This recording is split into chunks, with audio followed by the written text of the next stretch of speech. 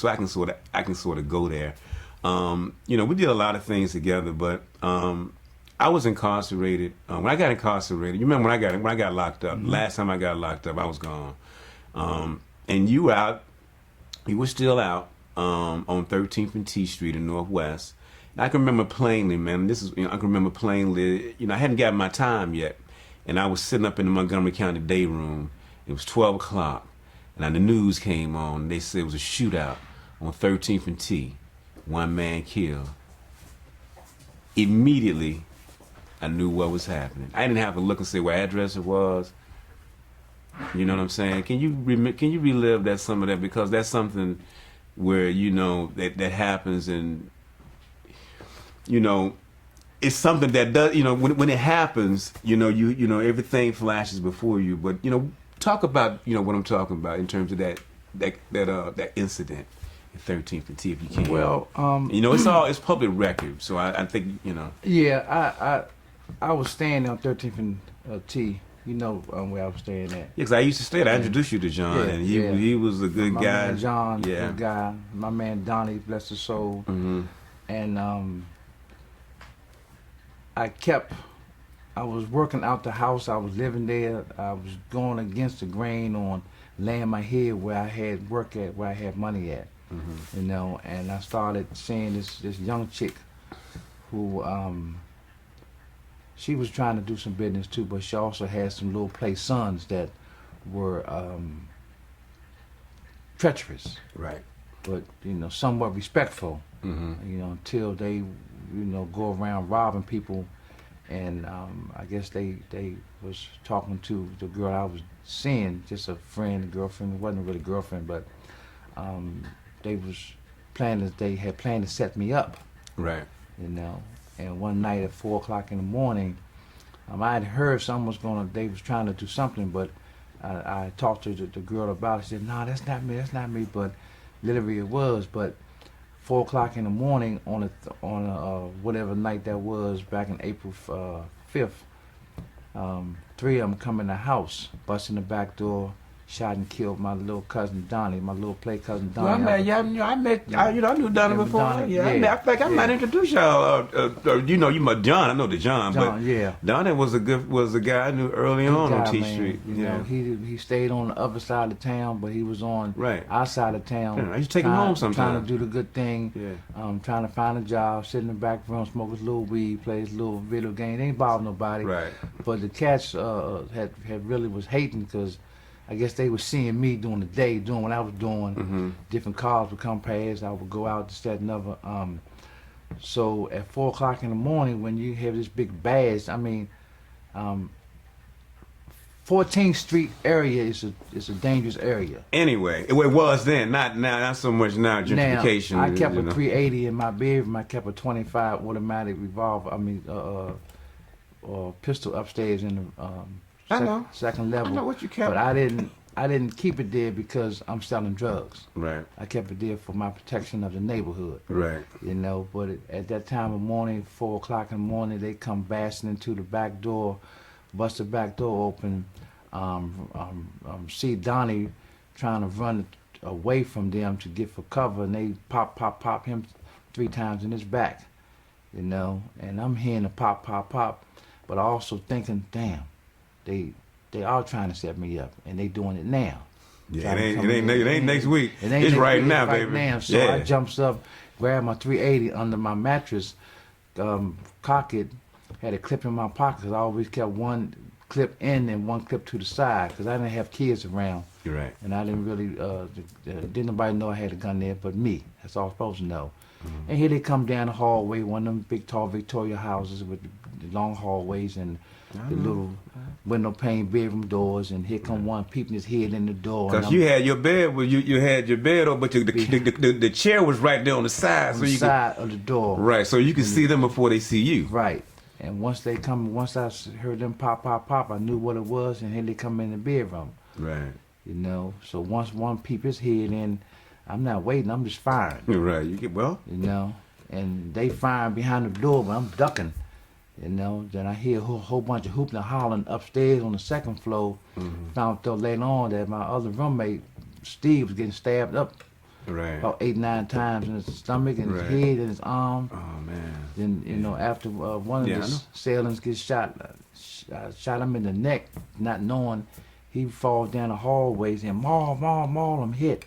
And then here come Maul back and downstairs, opening the door up again. I'm in the corner, scared to death, heart beating like fast. Now I see that my bedroom door open again. I'm just firing, bam, bam, bam. You know, just trying to protect myself from them killing me. Right. And he just put the gun around the door and just started firing. Right. And I'm ducking like someone scared, Yeah. trying not to get hit. And Right. only by the grace of God, Yeah. you know, I didn't get hit. And I ran to the door and closed the door, and they ran on down the hallway out the back door. Yeah. And that part of the drug game, it happens, but it's not business. No, that was something else. And you know, I always think back because I used to stay in there. You know, I used to stay there. You know, stayed there. I stayed there plenty night. That could have easily been me. 'Cause I knew Steve and John. Yeah, that's what I'm saying. Yeah, it could have easily been my, to me there, and you know, might have been Donnie's spot.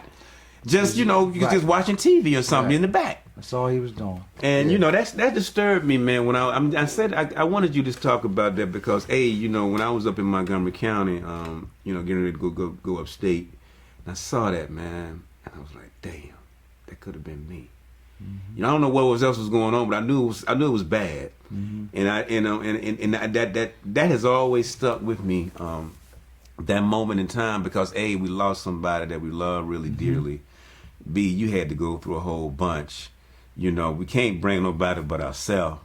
But I be trying to tell these little young cats out here that be want to, play gangster all the time that you don't really know gangster for real. Like you sitting up here talking all this stuff and you acting foolishness. You acting foolish, but this is real, and this is real consequences. This is the things that happen when you choose the lifestyle that you choose. And so, it's very important for me to understand that. You know what I'm saying? I know you over time you've come to understand that too, in terms of the choices you make. In terms of what, at that point right there, it wasn't a game no more. It was real, right? Yes, it was. Very real. Scared to death. Very real. Right, and this so... wasn't no TV. This wasn't TV. Either protect yourself or be killed. Exactly. And that was it. Bottom line. Bottom line. I found myself like that. We was going down, but I didn't have no backup, and I don't know what happened, just by the grace of God, that I wasn't killed. We was in Miami. I think I might have told you. Coming back, it was on a drug trip. We got robbed twice. We went to Nassau and got robbed. Then we come back to Miami, and this guy I know goes to Birmingham, gets some money, and we go to this place to buy some drugs, man. And I just got a funny feeling, man. I'm all the way down in Miami, in the locks, Opalaka, Opalaka. And next thing I know, man, about 7 dudes bust through the door with every kind of automatic weapon meant to kill a guy. Seriously. So we sitting up here like this, dead. And dude wanted the money. He wanted the money, man. And, my man was like, he didn't want to give it up because, got robbed twice. He about to lose $30,000. I was like, man, this is not the time to be thinking about nothing. Matter of fact, and so we got into it right there. Like, get these motherfuckers the money, dude. What the fuck is your problem? Don't play with my life. No. Because I don't know what they're going to do with it. They still might kill us. Kill us, right. You see what I'm saying? Yeah. And so, that those two incidents, always come to mind. And like, what if, the things that have been different, and A, they had a shot, or B, I had been there. And so, I don't take that lightly going forward, in terms of, my life. And I look at the the things that I chose in terms of. John had to jump out the upstairs window, man. I remember. Onto the little balcony. He had to jump out the window. It's him and Bombshell. Right. And Steve was like. Steve the one got hit the hardest. Bad, man. Bad. Besides Donnie being killed. And he didn't do anything. He was just a guy that was there, just loved to hang around, play cards, play video games. Right. Didn't do a whole lot of nothing. Wasn't no hustler. He worked. He worked and hung out. Was just hanging out. Humble. Man, he got hung. So, that's why I say, man, choices and the decisions. We all made our decisions to be in the things that we did, to be in that place. And ultimately, at the end of the day, you got to live with those choices, right? Took a while, man, for me to I had nightmares, a lot of nightmares thereafter. Whole bunch of nightmares because I kept hearing that pop, pop, pop, Right. pop, pop, pop, pop.